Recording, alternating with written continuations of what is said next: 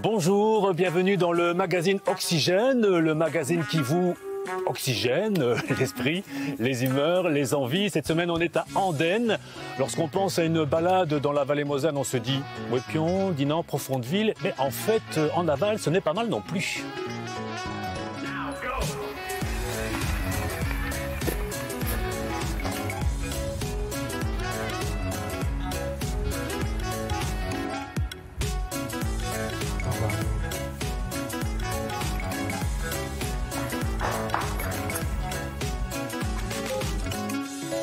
Venez donc vous aussi vous balader ici à Andenne, une région façonnée par l'eau, la pierre et le bois, dit l'Office du tourisme. Et par exemple, ici à flanc de colline, les joggeurs adorent passer par le Calvaire. C'est un site qui a été construit au XVIIe siècle, suite à quoi, je vous le donne en mille, suite à une épidémie. Comme quoi l'histoire est un éternel recommencement. Alors, on vous propose maintenant un autre lieu de calme et de quiétude, le Comme chez soi. C'est une chambre d'hôte qui se situe à 2 pas de l'abbaye de Floref. Au programme bien-être, repos et douce rêverie dans l'espace wellness de la suite. En cette période chahutée, si vous n'avez pas pu partir en voyage de noces, par exemple, pourquoi ne pas passer un moment cosy près de chez vous ?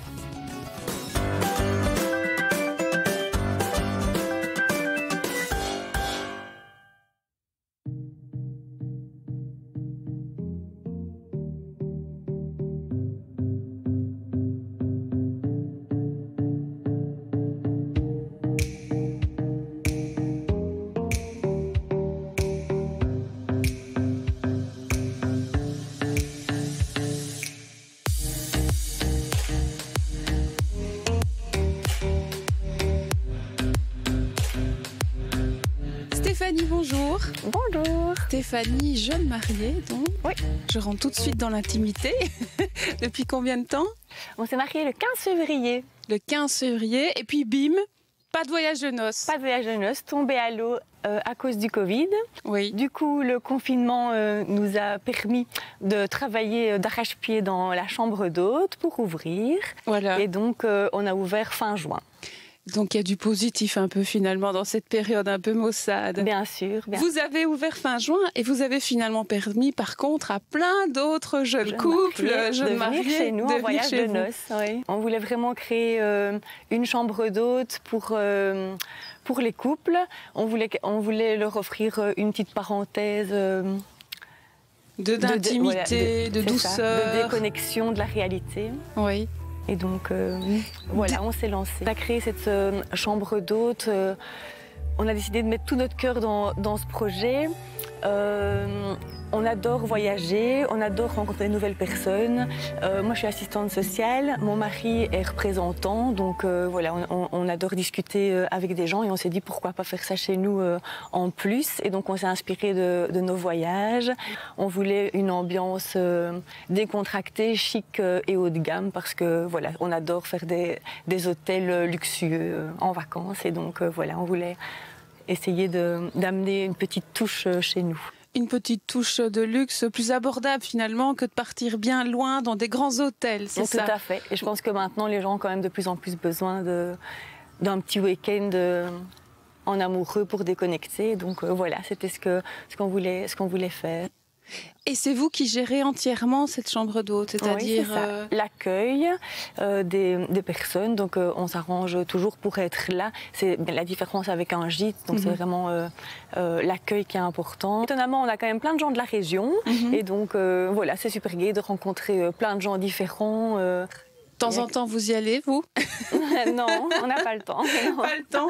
C'est presque dommage d'avoir une infrastructure comme celle-là, de ne pas pouvoir y aller. Oui. Non, on n'a pas eu l'occasion d'en profiter une seule fois. On s'est déjà dit qu'il faudrait qu'on y aille, mais bon, voilà, quand on a un peu de temps à nous, on préfère aller visiter d'autres chambres d'hôtes. Et nous, ce qu'on voulait vraiment, c'est on est tout en perpétuelle recherche de petites attentions pour que les gens se sentent bien et se sentent accueillis et dans un environnement propice à la détente et donc ils se sentent chouchoutés. Donc voilà. Et ça passe par quoi, ces petites attentions? Ah, je ne vais pas vous dire tous mes secrets. Il faut louer, c'est ça? C'est ça. Ok, merci beaucoup.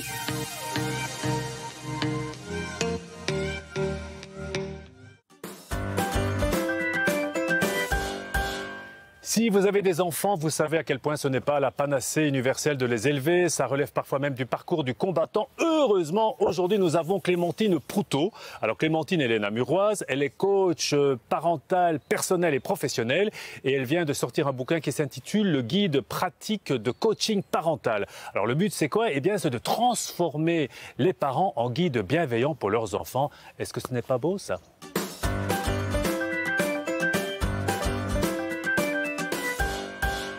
Coach certifiée et maman de 2 enfants, Clémentine Proutot a très vite compris comment l'approche du coaching pouvait l'aider dans sa vie de parent. Elle a décidé ensuite de transformer son expérience en un livre qui offre quelques clés pour construire une meilleure relation parent-enfant. Le livre propose en quelque sorte un parcours de développement personnel avec comme premier élément fondamental la construction d'un cadre bienveillant, c'est-à-dire la fixation de règles claires et rassurantes, une première étape pas si facile. Il n'y a pas de recette toute faite, mais en tout cas, c'est ce que j'invite à faire dans le livre, il y a des ingrédients. Et donc ces ingrédients, effectivement...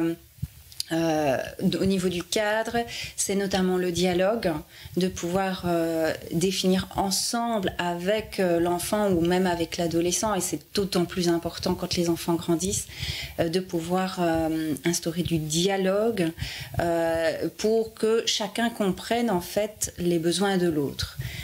Quelle est la liberté dont a besoin l'enfant, quelle est la limite dont a besoin le parent, et une fois qu'on se comprend, une fois qu'on dialogue, eh bien on va pouvoir définir ces règles. Mais le cadre comporte en lui ses propres difficultés, car il faut le faire respecter. Clémentine Proutot prône alors l'apprentissage de l'autodiscipline. Le mécanisme de la récompense, c'est aussi quelque chose d'important à utiliser, plutôt dans le sens positif. Je gagne quelque chose à un comportement, parce que scientifiquement, il est attesté qu'on va être plus impliqué dans une activité si on a quelque chose à y gagner que si on a quelque chose à y perdre. L'objectif serait donc en quelque sorte d'établir une relation win-win, un point de satisfaction mutuelle. Exemple avec le cas d'un petit enfant qui refuse d'aller dormir. À 3 ans, certains parents pourraient se dire « Oui, mais bon, l'enfant, il ne comprend pas, je mets les limites et point ». En fait, tout petit, nos enfants sont capables déjà de comprendre beaucoup de choses. Et donc, là aussi, premier ingrédient, j'invite au dialogue, à expliquer à l'enfant pourquoi c'est important d'aller dormir tôt, ou en tout cas à une certaine heure. Et puis, on peut ruser, en fait, en tant que parent. C'est de dire, tu préfères te coucher à 19h ou tu préfères te coucher à 20h ? On leur donne le choix. Donner le choix, c'est hyper important, parce que du coup, l'enfant va se sentir autonome, et donc il va être motivé par le fait de respecter ce cadre. Mais en fait, on a donné un choix qui est dans les limites de ce qui est acceptable pour nos parents. Bien sûr, il n'y a pas de recette miracle pour devenir un parent bienveillant, mais avec ce livre, on peut à tout le moins trouver le chemin plus facilement.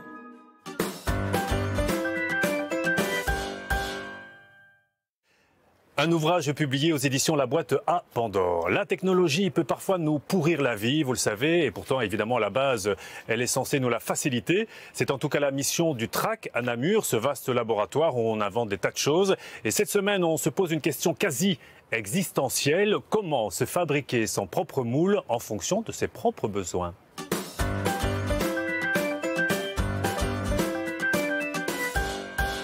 Salut, moi c'est PM, je suis Fab Manager au TRAC et aujourd'hui je vais vous parler de ceci.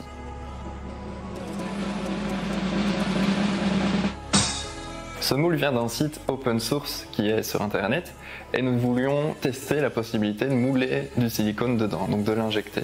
Donc c'est une entreprise qui réside ici au TRAC qui l'a fait pour nous. Elle s'appelle Ateler Engineering et grâce à elle, on va pouvoir développer un service et donc aider nos usagers à pouvoir développer leur propre moule afin de rentabiliser la recherche et leur innovation et de faire ça dans un délai beaucoup plus court. Et donc ceci, ça peut permettre à n'importe qui de pouvoir créer son propre moule en fonction de ses besoins et on peut y mettre à peu près n'importe quelle matière. Donc ce que nous offrons, c'est un accompagnement pour créer le moule et une rapidité assez incroyable au niveau du développement parce qu'il faut savoir qu'il faudra probablement faire plusieurs avant que ça ne fonctionne et en entreprise, ça prend énormément de temps. Et si on partait maintenant à la découverte de Betty, un roman de Tiffany McDaniel. Alors Betty, c'est une jeune indienne, elle est la 6e d'une famille de 8 enfants. La famille vit un peu en marge de la société parce que sa mère est blanche et son père est cherokee. Betty parle de la perte de l'innocence, des mystères de l'enfance. Et dans ce roman, il est question aussi du pouvoir réparateur des mots.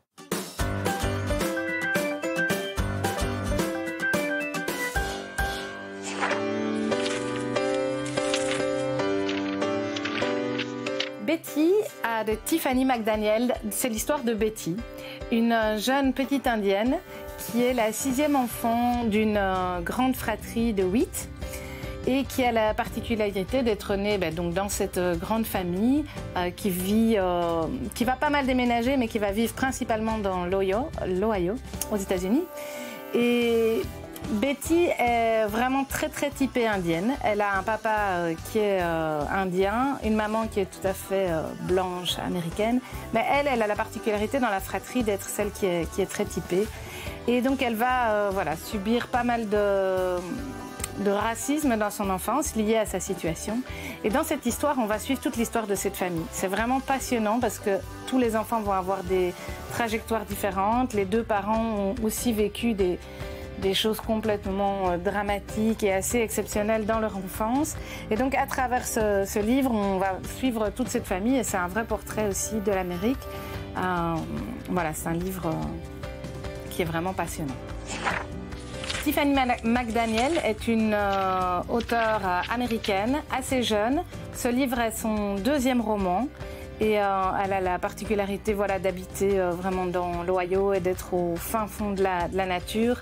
Ça se ressent très fort dans ce qu'elle écrit. Je lis ce livre pour me plonger dans un autre univers, pour voyager, pour vivre toutes des vies que moi-même je ne vivrai jamais.